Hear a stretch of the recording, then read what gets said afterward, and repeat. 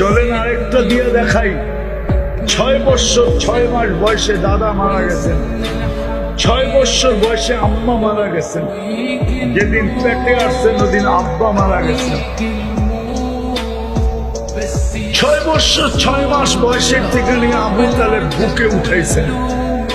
কত রাত্রই না চাচার বুকে ঘুমাইছেন, কতদিনই না চাচাকে জড়ায় ঘুমাইছেন।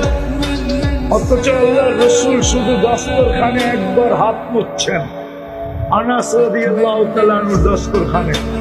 উনি জীবন ভর কোনোদিন এই দস্তরখানকে পানি দিয়া পরিষ্কার করেন।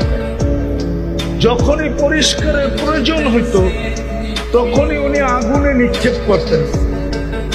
আগুন ময়লাকে ছাই বানায় ফেলতো, উনি বাহির করে ঝাড়া দিতেন, দস্তরখান ফকফকে হয়ে যেত। বন্ধুরা জিজ্ঞাসা করতেন এই জাদু কোত্থেকে শিখলে? আনাস রাদিয়াল্লাহু তাআলা আনহু বলতেন, জাদু না, আল্লাহর রাসূলের হাতের ছোঁয়া।